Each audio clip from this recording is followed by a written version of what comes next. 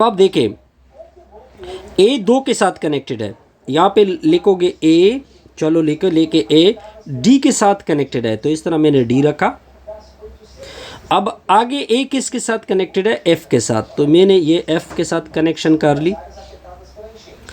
अब देखते जाइए, फिर अगर आप देखें बी एफ के साथ भी कनेक्टेड है, तो ये आपका बी हो जाएगा। वो किसके साथ कनेक्टेड होगा, एफ के साथ भी कनेक्ट होगा। फिर बी कनेक्टेड है सी के साथ, तो वो मैंने सी के साथ कनेक्शन भी बना ली, ठीक हो गया। फिर सी कनेक्टेड है ई के साथ, तो ई के साथ कनेक्टेड हो गया, तो वो इस तरह ई आ जाएगा। अब यहाँ पे मैं आपको एक नोट बता रहा हूँ, वो नोट आपने नोट करना है। वो क्या होगा, ये ग्राफ हर बंदे का अलग हो सकता है, हर बंदे का अलग हो सकता है। वो बंदे के जहन पे डिपेंड कर रहा है कि वो किस तरह इस ग्राफ को बना रहा है। पॉइंट क्लियर हो गया जी, बिल्कुल क्लियर। अब आते हैं नेक्स्ट की तरफ। ए डी के साथ कनेक्टेड था, फिर ए एफ के साथ कनेक्टेड था, बी सी के साथ भी कनेक्ट हो गया, बी एफ के साथ भी कनेक्ट हो गया, सी ई के साथ कनेक्ट हो गया, बिल्कुल ग्राफ ओके हो गया। नेक्स्ट की तरफ जाते हैं। अब आते हैं पार्ट नंबर बी की तरफ, इस पार्ट को लेते हैं। V1, अगर आप देखिए V1 कनेक्टेड है, V1 कनेक्टेड है V1 के साथ, तो ये आपका V1 है, ये अपने आप के साथ कनेक्टेड है, इसका मतलब है सेल्फ लूप है। सेल्फ लूप मैं इस तरह रेड में लगाता हूँ ताकि आपको क्लियर हो जाए, यानी V के साथ कनेक्ट हो गया, ये आपका सेल्फ लूप बना। फिर V2 V3 के साथ कनेक्टेड है, यानी ये आपका यहाँ पे V2 आ गया और यहाँ पे मान लो V3 है, V2 V3 के साथ कनेक्ट हो गया। फिर V2 V4 के साथ भी कनेक्ट है, मान लो नीचे की तरफ मैं क्या बना रहा हूँ, V4 बना रहा हूँ, ठीक हो गया जी। अब V2 V4 V5 के साथ कनेक्टेड है, तो ये कनेक्शन आ जाएगी, ये आपका रिक्वायर्ड ग्राफ होगा। अब एक बंदे के जहन में होगा कि सर ये तो क्या है, V1 अलग है, नो प्रॉब्लम, इस ग्राफ को आइसोलेटेड ग्राफ बोलते हैं। कौन सा ग्राफ बोलते हैं, आइसोलेटेड ग्राफ, ऐसा पॉसिबल है, कोई प्रॉब्लम नहीं। अब एक बंदे के जहन में ये सवाल हो सकता है कि सर हर बंदे का अलग ग्राफ हो सकता है, बिल्कुल हर बंदे का अलग ग्राफ हो सकता है, वो उस पर डिपेंड कर रहा है कि वो ग्राफ को किस तरह बना रहा है। देखा, अलग ग्राफ हो सकता है, नो प्रॉब्लम, इसमें कोई कंफ्यूजन नहीं होगी। अब आते हैं नेक्स्ट ग्राफ की तरफ। अब मैं करूंगा कौन सा ग्राफ, मैं करूंगा पार्ट नंबर सी। अब आगे देखिए, एजेस को देखिए, ए कनेक्टेड है ए के साथ, यानी ये आपका ए है, ए सेल्फ लूप है, यानी अपने आप के साथ ही कनेक्टेड है। आगे क्या होगा सर, फिर ए कनेक्टेड है बी के साथ, तो हम कनेक्शन करते हैं जी, ए बी के साथ कनेक्ट हो गया, ठीक हो गया। फिर बी कनेक्टेड है सी के साथ, तो कनेक्टेड कर ले। फिर सी कनेक्टेड है डी के साथ, तो ये भी कनेक्शन हो जाएगी, ठीक हो गया। फिर सी कनेक्टेड है ई के साथ, ये भी कनेक्शन हो गई। फिर डी कनेक्टेड है ई के साथ, तो ये भी कनेक्शन हो गई। अच्छा, ये डायग्राम ज़रूर होगा आपके ग्राफ में, चाहे आप जैसे भी बनाना चाहते हैं, लेकिन ये आपका क्लोज, इसमें एक साइकिल ज़रूर आएगा। जब आप जैसे भी बना रहे हो, आपका एक साइकिल ये मस्ट होगा आपके ग्राफ में, ये चीज़ मस्ट नज़र आएगी। बाकाया आप जो भी जैसा बनाना चाहते हैं वो आपकी मर्ज़ी है, अगर आप मेरा भी ना देखें खुद से बनाएं तो भी पॉसिबल है, लेकिन ये चीज़ आपके में, ये आपके ग्राफ में मस्ट होगी। अब बनाएंगे कुछ और। अब मैं पार्ट करूंगा नेक्स्ट पार्ट को। नेक्स्ट पार्ट क्या है जी, डी पार्ट। ए कनेक्टेड है ए के साथ, ये आपका ए है, ए के ऊपर सेल्फ लूप है, ए कनेक्टेड है ए के साथ। ए कनेक्टेड है बी के साथ, तो मैंने ये बी के साथ कनेक्ट किया। फिर ए कनेक्टेड है, फिर बी कनेक्टेड है सी के साथ, तो ये भी मैंने कनेक्शन कर दी, ठीक हो गया यहाँ पे सी। फिर सी कनेक्टेड है सी के साथ, यहाँ पे सेल्फ लूप बनेगा। फिर सी कनेक्टेड है डी के साथ, मान लो इधर डी है, कोशिश करें जितना खूबसूरत बनाए, इतना खूबसूरत बनाए, कोशिश करिए बनाए कि जितना आपसे हो सके खूबसूरत बनाने की।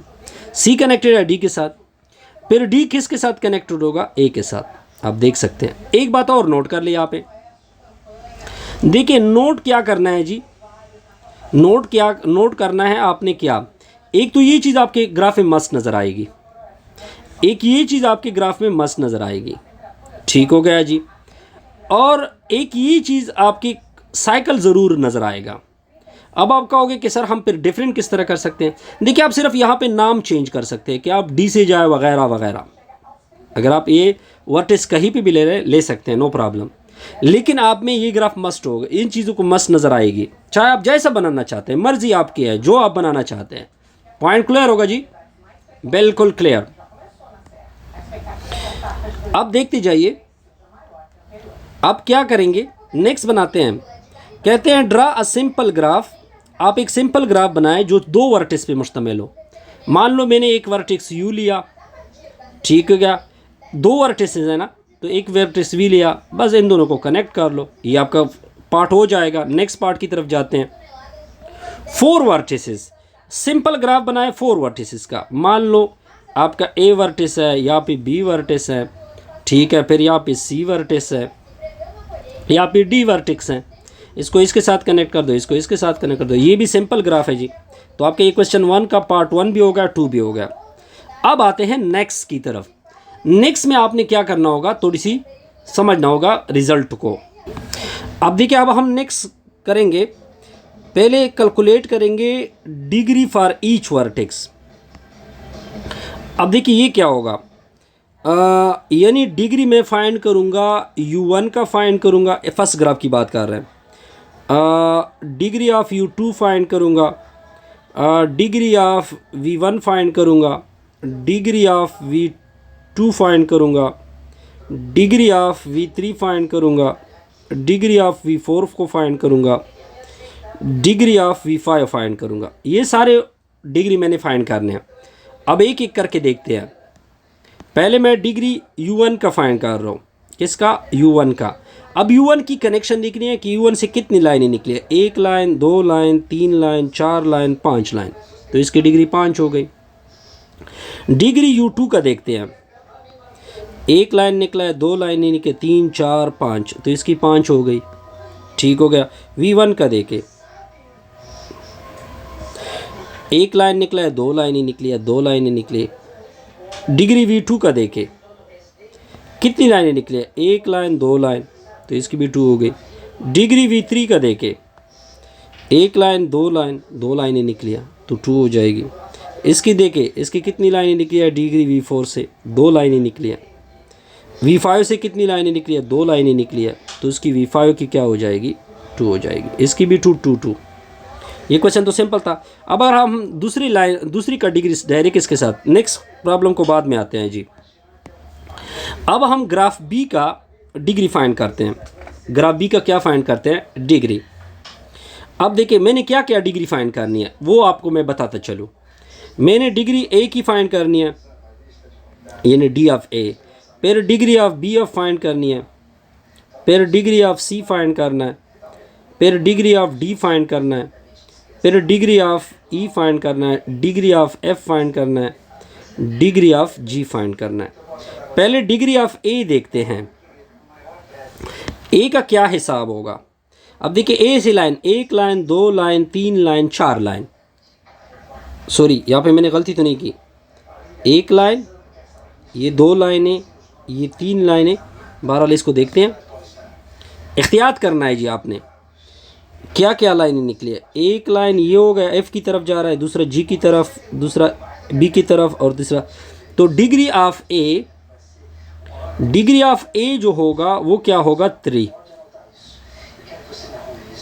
4 होगा ना, 1, 2, 3, 4, सॉरी 4। अब देखिए 4 लाइनें निकली है ना। तो अगर मैं बात करूँ, मार्कर चेंज कर दे ताकि आप लोगों को नज़र आ जाए। अगर मैं डिग्री बी की बात करूँ, कितनी लाइनें निकली है, 1, 2, 3, 4, इसकी भी 4 हो गई। अगर डिग्री सी की बात की जाए, 1, 2, 3, 4, इससे भी 4 लाइन निकली है। डिग्री डी की बात की जाए, 1, 2, 3, 4, इससे भी 4 लाइन निकली है। 1, 2, 3, 4, तो ई से 4 निकले हैं।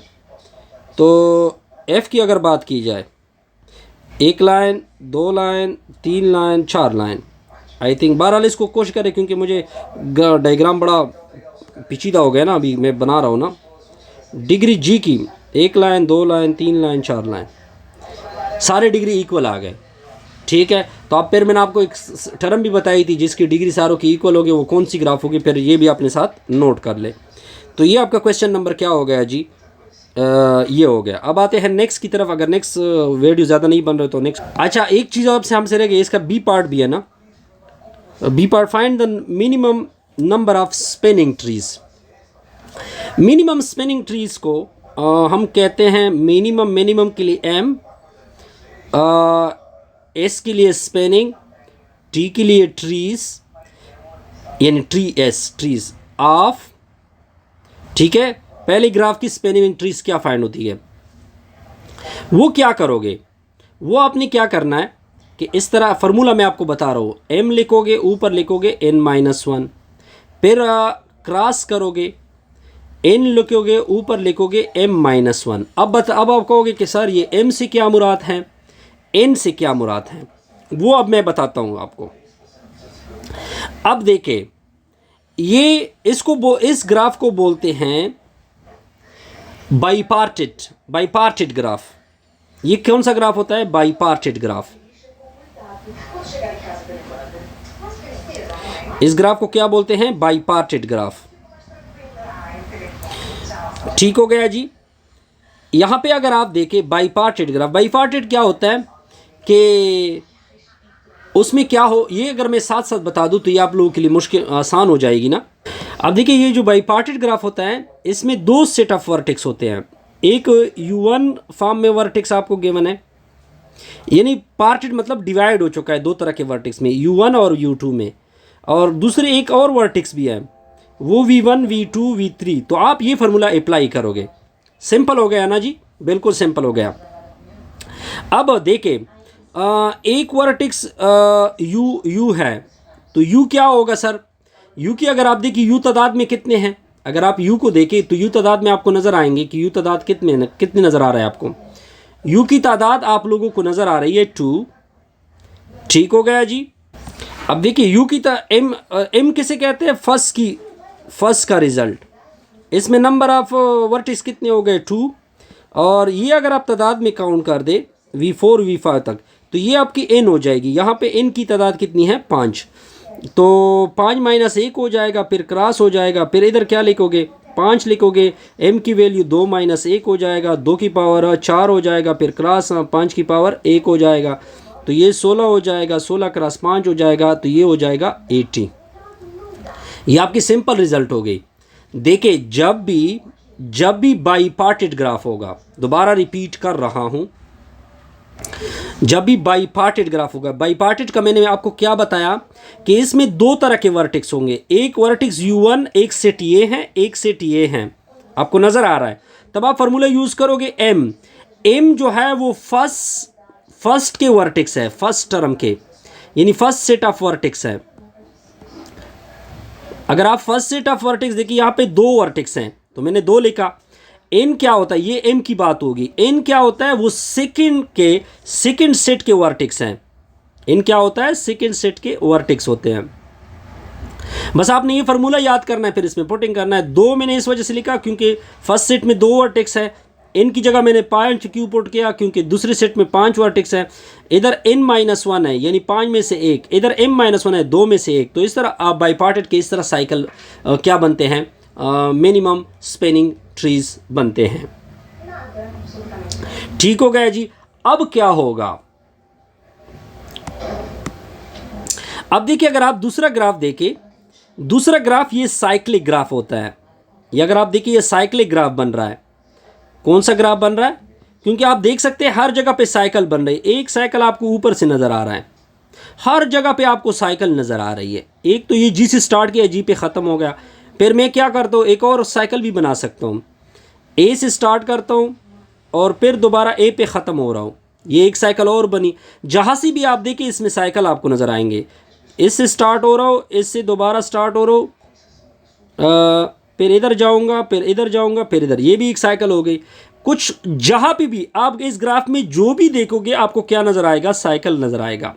साइकिल ग्राफ की मिनिमम स्पिनिंग ट्रीज क्या होती है, minimum spinning trees, minimum spinning trees इसकी क्या होगी, सिंपल ये नोट कर ले कि जितने नंबर ऑफ वर्टेक्स होंगे इतनी इसकी मिनिमम स्पिनिंग ट्रीज होगी। तो ए 1 2 3 4 5 6 7, तो इसकी मिनिमम स्पिनिंग ट्री क्या बनेगी, 7 बनेगी। सिंपल सी चीजें थे, ये सब कुछ मैंने क्या कर दिया, क्वेश्चन नंबर 1 2 3 को मैंने क्या किया, डिस्कस किया।